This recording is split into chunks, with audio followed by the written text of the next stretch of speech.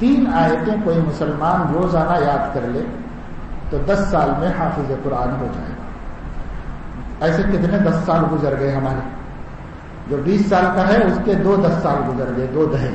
جو 30 سال کا ہے اس کے 3 دہے گزر گئے۔ جو 50 سال کا ہے اس کے 5 دہے گزر گئے۔ 3 آیتیں روزانہ کوئی مسلمان یاد کر لے، 1 سال میں حافظ قرآن ہو جائے، مکمل خود حافظ ہو جائے گا۔ اللہ ہمیں توفیق نصیب فرمائے۔ تو خیر، حضرت عمر فرماتے ہیں حضور صلی اللہ علیہ وسلم پر وحی کے آثار نمودار ہوئے، فلبسنا، تو ہم لوگ بات بند کر دیتے تھے اور ذرا سا بازو ہٹ جاتے تھے اور حضور کو یک سوئی میسر ہو جائے، اس لیے ہم ہٹ جاتے، وہاں سے تھوڑا سا دور ہو جاتے، انتظار کرتے۔ تو اللہ کے نبی صلی اللہ علیہ وسلم پر وحی آتی رہی، تھوڑی دیر تک ہم انتظار کرتے رہے اور وہ کیفیت ختم ہو گئی، گویا جبرائیل علیہ السلام چلے گئے، جو دینا تھا وہ دیے، جو نازل کرنا تھا قلب مبارک پر نازل کر کے چلے گئے۔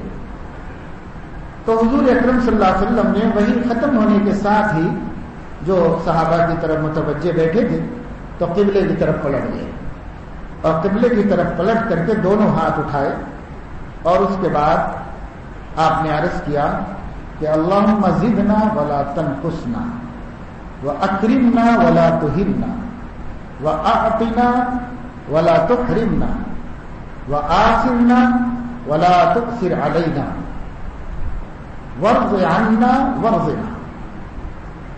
حضور اکرم صلی اللہ علیہ وسلم نے یہ دعا کی، پھر صحابہ کی طرف پلٹ گئے، اور صحابہ کی طرف پلٹ کر رسول اللہ صلی اللہ علیہ وسلم نے فرمایا انزل علی 10 آیات من اقامہن دخل الجنہ۔ حضور علیہ السلام نے وحی نازل ہوتے ہی دعا کیا کی؟ قبلے کی طرف پلٹ کر 2 ہاتھ اٹھا کر۔ حضرت عمر بن الخطاب رضی اللہ تعالیٰ عنہ فرماتے ہیں فاستقبل القبلۃ، پھر حضور نے قبلے کا استقبال کیا اور ورفع یدیہ، اور اپنے دونوں ہاتھ اٹھائے، اور اس کے بعد آپ نے یہ دعا کی۔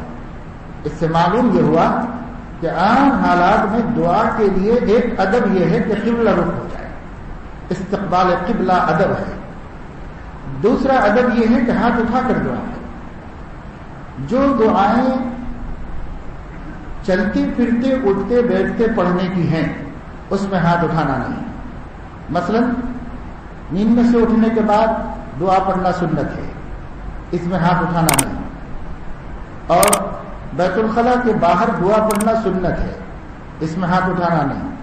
بیت الخلاء سے نکل کر ہاتھ اٹھانا سنت ہے، دعا کرنا سنت ہے، لیکن ہاتھ اٹھانا سنت نہیں۔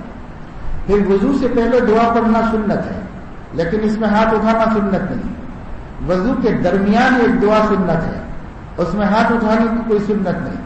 وضو کے بعد ایک دعا مسنون ہے، اس میں ہاتھ اٹھانا ثابت نہیں۔ پھر گھر میں داخل ہوں تو ایک دعا سنت ہے، اس میں ہاتھ اٹھانا ثابت نہیں۔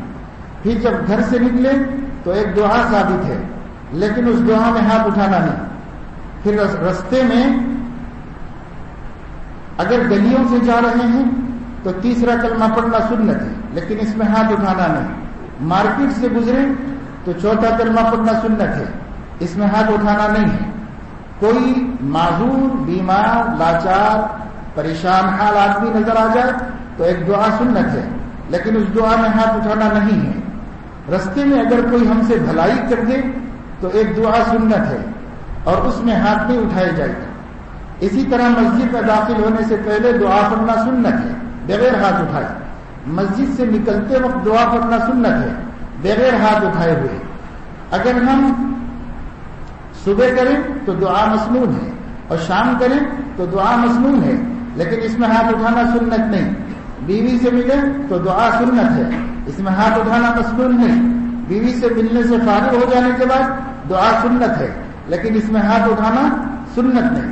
تو یہ ان دعاؤں کو کہتے ہیں، یہ دعائیں ہیں ہر نقل و حرکت پر۔ نبی کریم صلی اللہ علیہ وسلم کی ہر نقل و حرکت پر کوئی دعا ثابت ہے، اللہ سے کچھ مانگتے تھے تاکہ ہر وقت بندہ ہونا ہمیں بھی یاد رہے اور اللہ کو بھی دکھتا رہے کہ میرا بندہ میرے سے وابستہ ہے اور میرا بندہ مجھے بھولتا نہیں. تو حضور علیہ السلام سے زندگی کی ہر عمل میں دعا سنت ہے. وہ سب دعائیں اسی طرح سنت ہے کہ آپ چلتے چلتے پڑھیں, بیٹھے بیٹھے پڑھیں, جس حال میں ہو ویسے پڑھ لیں. اس کے لیے رفع یدین نہیں ہے. لیکن جن موقعوں پر اللہ تعالیٰ کو خصوصیت کے ساتھ مخاطب کر کے اپنی حاجات عرض کرنے کا منظور ہو, اس وقت میں ہاتھ اٹھانا سنت ہے. یہ رسول اکرم صلی اللہ علیہ وسلم کا طریقہ مبارکہ ہے. اس لیے ایک بات حضرت عمر نے کیا بتائی, فاستقبل القبلۃ, آپ قبلے کی طرف متوجہ ہو گئے. معلوم یہ ہوا کہ کوئی خاص مشکل نہ ہو تو دعا کے لیے قبلہ رخ ہو جانا, کیونکہ قبلہ رخ میں اللہ رب العزت کا زیادہ استقبال ہے, اور اگرچہ کہ ہر طرف اللہ ہے. اینما تولوا فثم وجہ اللہ, اللہ نے قرآن میں فرمایا تم جدھر بھی چہرہ کر لو اللہ ادھر ہی تمہاری طرف رخ کیا ہوا ہے. تو اس لیے وہ کہیں بھی ہے, لیکن افضل یہ ہے کہ قبلہ رخ ہو جائے دعا میں قبلے کی طرف. دوسری چیز ورفع یدیہ, اپنے دونوں ہاتھ اٹھائے, دونوں ہاتھ اٹھا کر اللہ تبارک و تعالی شانہ سے مانگا اور اللہ سے طلب کیا. یہ عاجزی ہے, اس میں بندگی ہے. سائل مانگتا ہے اور جب اس کو دیا جاتا ہے تو دو ہاتھ بڑھاتا ہے دے کے واسطے. تو اللہ کے نبی صلی اللہ علیہ وسلم نے اس طریقے کو سنت کر دیا اپنے عمل سے. بھائی اللہ سے بھیک مانگو, بھکاری کی طرح بھیک مانگو. جیسے موسیٰ علیہ السلام نے ایک جگہ پر پہنچے تو اس وقت تک تھک گئے تھے, پریشان تھے, بھوکے تھے, پیاسے تھے.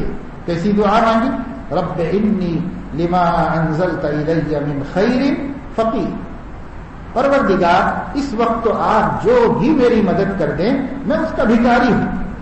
میں تو اب یہ بول بھی نہیں پا رہا ہوں کہ یہ مدد کیجیے, بس بہت محتاج ہوں, ہر مدد کا محتاج ہوں. جو بھی آپ مدد کریں انی فقیر, میں محتاج ہوں, بھکاری ہوں. تو بھکاری کو جب دیا جاتا ہے تو وہ ہاتھ لینے کے واسطے. اس لیے اللہ کے نبی صلی اللہ علیہ وسلم نے کہا اللہ سے بھکاری کی طرح مانگو. کیوں؟ اس واسطے کہ واللہ الغنی وانتم الفقراء, اللہ تعالیٰ غنی ہے, دینے والا, بے نیاز, اور تم سب بھکاری. یا ایھا الناس انتم الفقراء الی اللہ, اے لوگو تم سب اللہ کے بھکاری ہو. تو بھکاری پن نبی نے اپنے عمل سے دکھایا اور ہاتھ پھیلاتے یا اللہ عطا فرمائے. حدیث شریف میں آتا ہے, ترمذی شریف کی روایت ہے, آپ جب دعا کے لیے ہاتھ اٹھاتے تھے تو سرور عالم صلی اللہ علیہ وسلم کے ہاتھ درمیانے سینے تک اٹھاتے تھے. درمیانے سینے تک رسول اللہ صلی اللہ علیہ وسلم ہاتھ اٹھاتے تھے. دونوں ہاتھوں کے درمیان میں فرجہ ہوتا تھا, یعنی کچھ جگہ ہوتی تھی دونوں ہاتھوں کے درمیان میں. وہ جگہ کے بارے میں شارحین حدیث نے جو صورتیں نقل کی, ایک صورت یہ نقل کی کہ ہتھیلی تو ملی ہوئی ہوتی تھی لیکن سامنے کھلا ہوا ہوتا تھا, اور بعض شراح نے کہا کہ دونوں ہاتھوں کے درمیان فصل ہوتا تھا اور آپ سینے تک, درمیانے سینے تک ہاتھ اٹھاتے تھے عام دعاؤں میں. اور جب بارش کے لیے دعا مانگتے تھے تو پورے اٹھاتے تھے ہاتھ, بغل کی سفیدی نظر آ گئی تھی لوگوں کو, اتنی اوپر ہاتھ اٹھایا تھا جب بارش کے لیے مانگی تھی. لیکن جب بارش کے لیے نہیں مانگتے تھے تو سینے کے سامنے رکھتے تھے. چلو یہ حضرت عمر رضی اللہ تعالیٰ عنہ کی برکت سے دو چار آداب دعا کے. مجھے کسی نوجوان نے کل پرسوں پوچھا تھا کہ دعا کے کچھ آداب کبھی بیان کر دیجیے, تو وہ اس وقت اس حدیث کے ضمن میں موٹی موٹی باتیں آ گئی. ایک ادب یہ بھی ہے کہ پورے یقین سے مانگا جائے, اور ایک ادب یہ بھی ہے کہ مانگ کر 100% اطمینان رکھا جائے کہ اللہ نے قبول فرما دیا. ایک ادب یہ بھی ہے کہ جب زبان سے مانگ رہے ہوں تو دل بھی متوجہ ہو اور دل غافل نہ ہو. حدیث میں آتا ہے کہ اللہ تعالیٰ غافل دل کی دعا قبول نہیں فرماتے. ایک ادب یہ بھی ہے کہ جب مانگ لے تو مانگنے کے بعد کبھی یہ نہ کہے کہ میں اتنے دنوں سے مانگ رہا ہوں اللہ نے نہیں سنی, یہ کبھی نہ کہے. رسول اللہ صلی اللہ علیہ وسلم نے فرمایا جو شخص یہ کہہ دے گا کہ اللہ میری نہیں سن رہا ہے, اس کی اللہ کبھی نہیں سنے گا. کسی کو یہ کہنے کا حق نہیں کہ اللہ نے میری نہیں سنی اور اللہ تعالیٰ میری نہیں سن رہا ہے, یہ کہنے کا کسی کو حق نہیں. اس لیے اللہ تبارک و تعالی شانہ سے دعا مانگنا چاہیے تو ان آداب کی رعایت کرتے ہوئے مانگنا چاہیے اور اس کا خاص خیال رکھنا چاہیے.